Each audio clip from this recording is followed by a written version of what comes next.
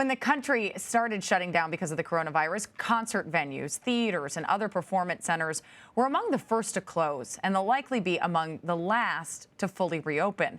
Millions of people have lost their jobs, and the arts have been hit particularly hard. During the third quarter overall, unemployment averaged 8.5%. But about 52% of actors, 55% of dancers, and 27% of musicians were all out of work, according to the National Endowment for the Arts. Some cities and states are slowly beginning to allow live music, comedy, other performances in smaller bars and clubs, but larger venues still remain shuttered. Broadway is not planning to reopen theaters until at least the fall of 2021, leaving the careers of many actors, dancers, staff, and crew in limbo. For more, I'm joined by Adam Krauthamer. He's the president and executive director of the Musicians Union, AFM Local 802 in New York. Adam, thanks so much for being with us. Thanks for having me. So, I'm staying in Midtown. I'm in from out of town to help out during the holiday. I can't believe, Adam, when I'm walking some of the streets here, just how shuttered the theaters are. It doesn't even feel like Midtown New York. And we, of course, just listed some of the broad statistics from the National Endowment of the Arts. But can you describe for people just how this pandemic has affected you and the artists that you work with? Sure. Here in New York, it's actually even worse than those numbers that the NEA presented. As you said, you're walking through Times Square, you're seeing 100% of our theaters, 100% of our venues at Lincoln Center and elsewhere are closed.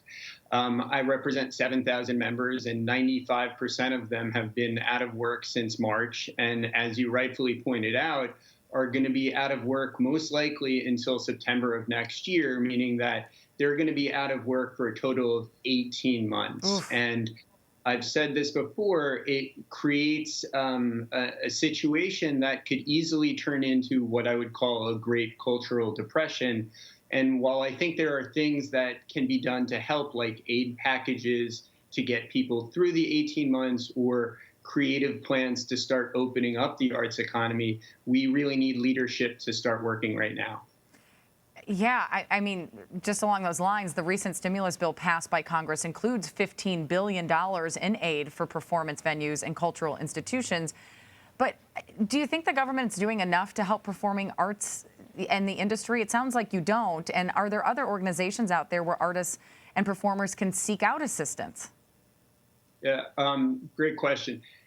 Look, the government simply isn't doing enough. At the federal level, the state level, and the city level here in New York, we want to maintain that New York is the arts capital of the world. And while there was money in the stimulus package, it's simply not enough. And for the service sector, which we're part of, which we're seeing now, different sectors of the economy are not coming back equally. We're being unduly affected. So for us, enhanced unemployment is incredibly necessary. COBRA subsidies for healthcare. Many of my members have lost their healthcare during the middle of a pandemic and will continue to do so even as they go back to work. We need to see those things put back into packages in D.C. And I want to encourage President Biden, who I know is a big supporter of the arts, to really think about stepping up and putting into his cabinet an actual secretary position for the performing arts so these things can be prioritized. And as the economy starts to open up overall, that the arts could be factored into everything that we do across the board. That's a really interesting idea, and one I had not thought about. Something my brother and I talk about a lot is how much we miss concerts. And just the impact on our society and culture that things like music and theater have on us. With it being shut down, as you said, a lot of your friends are going to be out of work for 18 months, a year and a half. How does this impact us as a society? Society has always been built on culture and the arts. From the beginning of time, it's what you see in museums. It's what we've studied. We're creating new music constantly that's going to be in museums of the future. We've always had that fundamental relationship. And my concern when I say great cultural depression is that right now we're at risk of disengaging from that as a society, that if we don't support the artists that we care about, the music that we care about, that's so ingrained in our society, whether it's something as simple as your child's music teacher or the band you like to go and see on a weekend when you finally have some time off, or that favorite Broadway show you take your kids in to see once a year for a special occasion, we need to make sure that actual artists survive. Through growing up in Minnesota, I know Dana Frank pretty well, who owns First Avenue. And a lot of people talk about not just artists and performers, but the venues themselves really need help. How can someone like me, and people at home, how can we support not only artists and performers, but the venues right now from our homes, since a lot of us are going to be stuck again inside for a while? Yeah, I think you want to check out what's going on with your local venues, especially the small and mid-sized venues that we know and love that are community-based. We're really going to need to focus on, and they're going to need some help.